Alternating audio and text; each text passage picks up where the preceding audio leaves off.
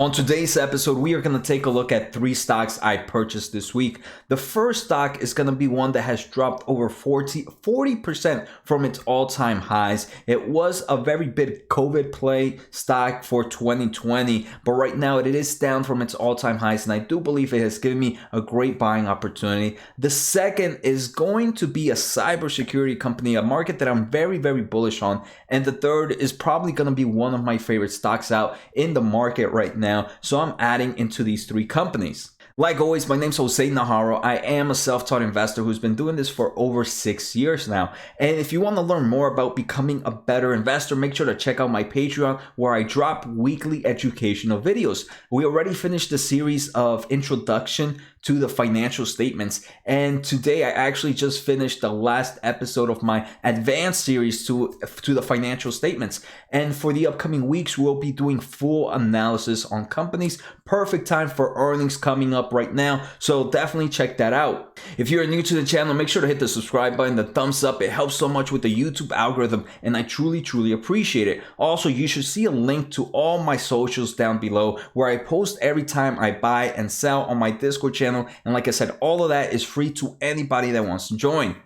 Finally, let's both get a free stock. If you sign up in the Webull and deposit $100, we both get a free stock. So make sure the link should also be down below. So let's get started. All right, so the first stock we're gonna take a look at is Zoom Video. This is ticker CM. Right now it's sitting at a price of $350 and it has a market cap of $100 billion to say. Gonna see this company is generating crazy amount of levels of cash, and we're gonna see that in a bit. But first, let's take a look at the graphs. In the past year, Zoom has done amazing for investors. It has done over 381%. But from its all-time highs of $568 on October, it is down about 38.5% right now, losing more than 1/3 of its valuation in just a few months. So I do believe ever since probably early September, the stock price hasn't really moved. It's been very volatile, but it's been very volatile around the range. So for those that are not familiar with Zoom, you guys might know it for its main product, and that's the meeting and chat. So here is when you use it just for a video conference styles. But they also have different solutions that some people might not know about. The second one they have are like Zoom rooms. And here they sell like hardware where you can kind of put, and this is a perfect example I have in the background. They sell the hardware so you can make a conference room into a very big Zoom room. And it's very easy to integrate with other hardware as well. You don't have to buy Zoom's hardware to do this. You can just pay for their services. They also have phone systems, virtual system phones, which right now, obviously the stock did really well because of the COVID situation, people working from home. And I do believe the revenue is for the upcoming years is not going to be to the same level they saw this year, but I still believe their revenue growth is going to continue to be strong. Definitely what I consider a hyper growth stock, anything over 30%. So they have Zoom phone as well, where you can easily integrate your Zoom phone to video meetings and other forms of chats. The final one that they have is also video webinars. And here is where maybe you might be a form of speaker and you can use their webinars to kind of sell tickets to your shows. And instead of having live meetings or live webinars or live shows, you can do a lot of the stuff to Zoom webinars. And one thing I did forget to mention in Rooms Workspace, you also have the integration to add like whiteboards that people can, if you have like a smart whiteboard, it can be integrated into Zoom so people in your Zoom videos can watch whatever you're writing on that whiteboard. So again, they have all types of solutions, not just the only one many people hear about, which is that meetings and chat. One of the big growth things for Zoom right now is just the expansion of international growth. In Q3, one of their biggest revenue growth was percentage-wise came from international growth. But before we take a look at revenue growth, let's take a quick look at the charts. So we can see, right, Zoom right now used to be pretty overextended from its moving averages, especially up here in its peak, but it has pulled back a nice amount. And right now it's actually sitting at its 200 EMA. And again, these are all three moving averages that I use. I am more of a long-term investor, so technicals are not something I really put on my top list to look at, but it's still something that I do believe is worthwhile looking. And right now, I don't see that it's overextended. Overall, we can see Zoom, unfortunately, is in a downtrend, but for me, I do believe it is giving me a great buying opportunity. I'm not here trying to buy the bottom, but I do believe at these prices is going to give me great returns in the upcoming years. So now let's take a look at future growth. So Zoom is expected to grow 25.9% on average for the next 3 to 5 years. Again, this is a hyper growth stock for me, and we can see they are profitable already and they have amazing cash flow from operations. But how amazing are their past revenue growth? In the most recent quarter, their revenue growth 366%. The quarter before that was 355%, and the quarter before that was 169%. And these 3 quarters were obviously during COVID situation. But how was the revenue growth before COVID?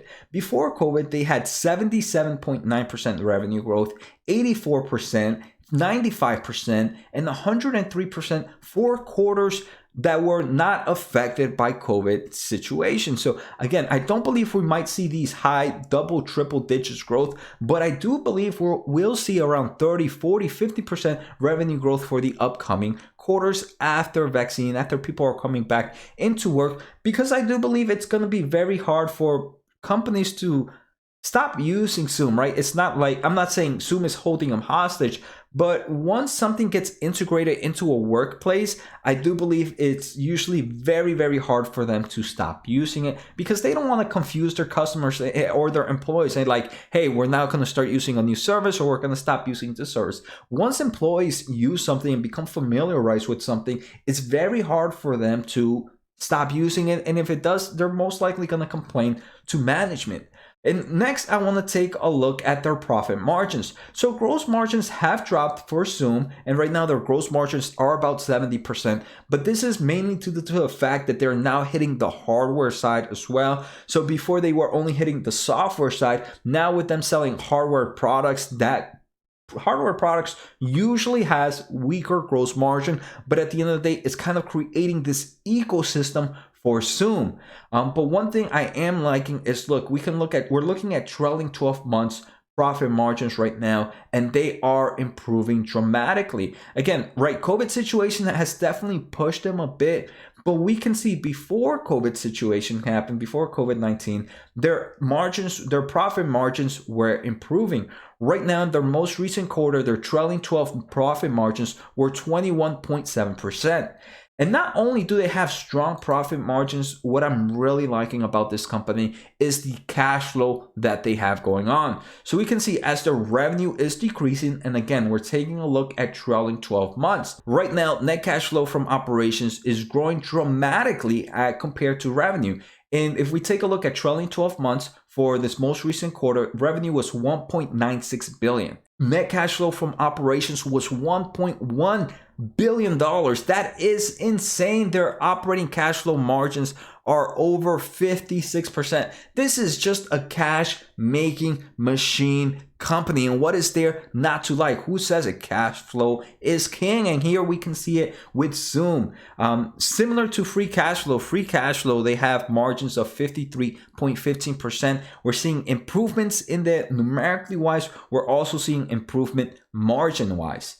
So Zoom also has a very strong balance sheet. It has no debt whatsoever, and they have about $2 billion in cash. And right now, the main shareholder is their CEO, who is also the founder and owns about 15% of the business. I do believe the major risk for Zoom is obviously going to be continued news of the vaccines, the continued news of people going back to home, working in the office, and it's going to see a slowdown in their revenue. So revenue is no longer going to be as strong as it was, where we were seeing double digits, 300% compared to the same time last year. But at the end of the day, this is money that's making that's making a lot of cash flow right now. It has no debt. They are expanding into international markets. They're expanding into the hardware side. And it seems like it's a company that's continuing to innovate. So I do believe there's still a bright future for me and Zoom. But I do believe it will be very volatile in the upcoming months. But I'm here looking for 5-year returns. In the next 5 years, I do believe Zoom will do better for me than the overall market. Next, the second company we're going to take a look at is Okta. This is ticker OKTA. This has a market cap of about $32.77 billion, and it has a price of $253. So Okta is a publicly traded identity and access management company based in San Francisco. It provides cloud software that helps companies manage and secure user authentication into modern applications, and for developers to build identity controls into applications. So let's say, whenever you're trying to log into maybe some form of application in your phone and it asks for some form of authentication method, they might not be powered by Okta, but that's kind of the solutions that they have. Or maybe if you work at whatever your job is, and for you to sign in to your laptop or to your work computer, you have to do some form of extra identity performance. Things like that are solutions that Okta does. So like I mentioned, right now it has a market cap of $332 billion. And I do believe I would consider this some form of cyber. I would put it in the cybersecurity sector, even though it's more like an authentication for users and customers. I still will kind of put it in that kind of sector, and I do believe that sector is one that is going to continue to grow as the years progress. Right, we're seeing a lot of applications being hacked. We're seeing a lot of internal cyber warfare, and even though maybe they don't hit those markets directly, the overall ability to keep your identity and your user safe is something that can be added within that sector. So in the past year, Okta has returned about 100% to investors. Great returns here, right? That is some strong numbers, but we can see from its all-time highs, it is down about 11%. And if I recall correctly, this December 22nd high was, I do believe, something in the United States of some. We got hit with some form of cyber attack, and we saw a lot of IT service managements that dealt with cybersecurity or user authentication. Stock prices jump up dramatically, and I do believe that's why Okta hit those all-time highs in late December. So now, like I mentioned, they have here, if you go to their website, okta.com, they kind of show you how organizations use Okta. The first thing is workforce identity. So to protect and enable your employees, contractors, and partners, wherever they are, with some form of authentication for single sign-on, universal directories, but then customer identity. So you can build secure, delightful digital experience for your customers. Maybe you're running a financial application. Maybe you're running a stockbroker. So stuff like that need authentications to make sure that, hey, it is your user that's using your applications. So now let's take a look at charts. So charts, I'm looking for two things. Is it overextended from its moving averages? We can see Okta is right now in a nice healthy uptrend, and right now it is sitting nicely at its moving averages. We see a nice amount of volume being built up here, but we see a lot of volume around these prices of $213. So I want to say if we ever reach somewhere around there, maybe even here in the $230, that would definitely be a super strong buying opportunity. But I do believe right now, like I said, I'm a weekly investor. I dollar cost average. So I'm not here trying to time the market. When I get my money, it automatically gets put to work on companies that I believe will do better than the market. Okta is one that's looking really good for me right now.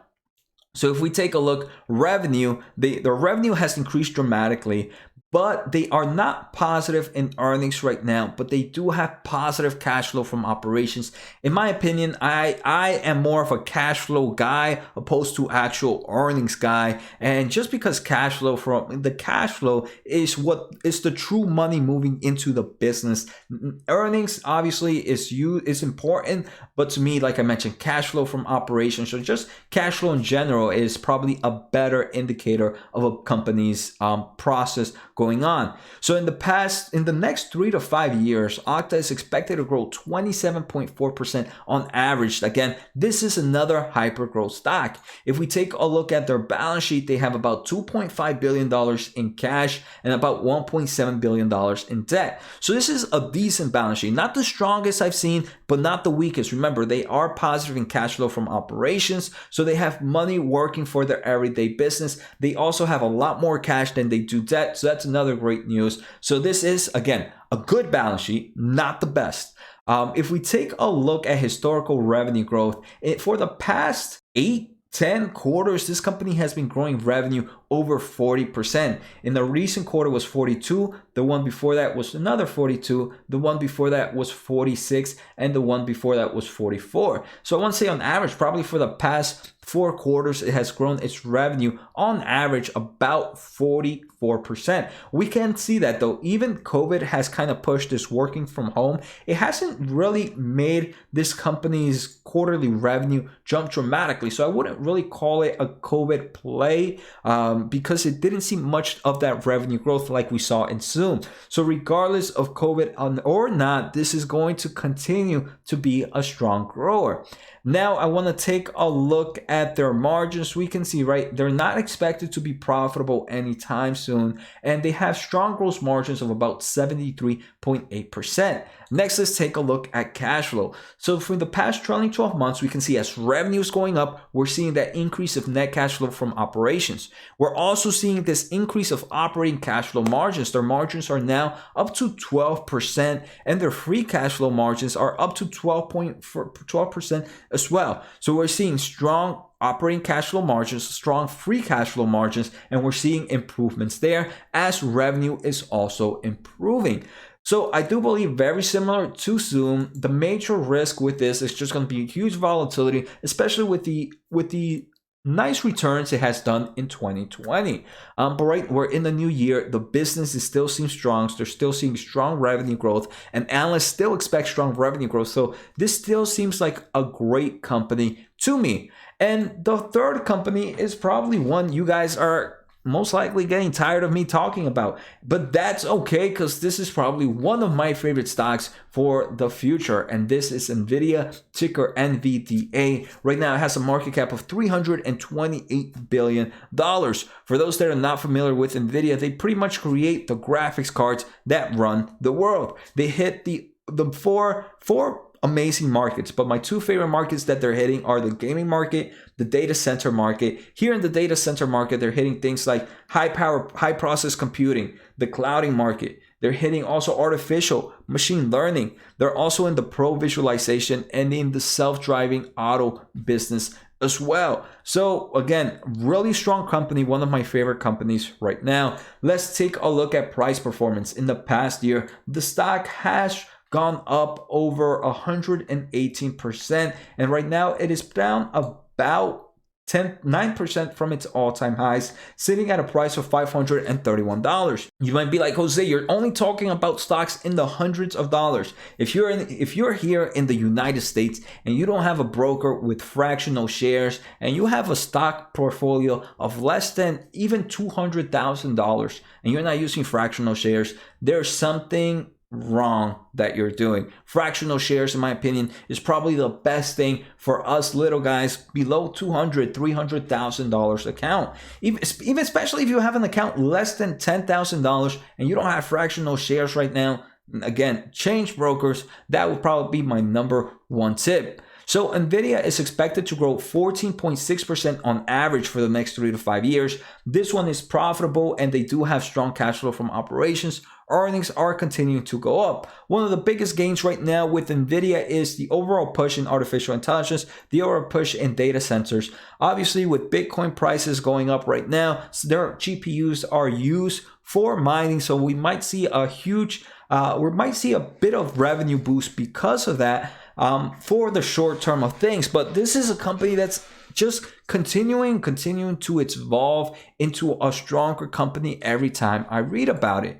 So now let's take a look at historical revenue growth. In the most recent quarter, it grew its revenue 56%. The one before that, 49%. The one before that, 38%. The one before that, 40%. So strong revenue growth for the past year. If we take a look at their margins, trailing 12 months, gross margins are high, 62.6%. This is actually pretty impressive. For a hardware company to have gross margins at this level, that is insane in my opinion. So this is a very strong company, and profit margins are 25.9%. They're keeping about 1/4 of their money. Next, let's take a look at cash flow from operations. We're seeing as revenue is going up, that cash flow from operation is increasing, rightfully so, how it should be. And right now they have margins of about 35.3%. They're keeping a lot of money. Their free cash flow margins of 28.63%. Again, a money-making machine, pretty much like the other two. Cash flow, in my opinion, is king and will continue to be king for the upcoming years. My biggest risk for Nvidia is going to probably be the same as the other. Many people might consider this overvalued, might consider these overgrowth, right? Overvalued. And that's okay, right? I'm not here trying to force you guys to buy any of these stocks. I'm just telling you what I'm buying and why I'm purchasing these stocks. If you think they're overvalued, then obviously don't buy them. But I do believe all of these are going to give me better returns than the overall market. They're strong balance sheet. They have strong revenue growth. They have strong cash flow statements. They're in great markets and markets that I believe will continue to grow. So I do hope you guys enjoyed today's episode. Like always, make sure to hit the thumbs up. And if you guys want to ask me if you guys want to ask me questions, I am streaming on Twitch every Mondays and Tuesdays at 8:30 Eastern time. And I am going to be streaming this weekend on Sunday. I'm not sure around the time yet, but it'll be in the morning, maybe around 9-10 o'clock Eastern time in the morning. For those that might be international and my regular streams might be a little too late for you guys. So I hope to see you guys there.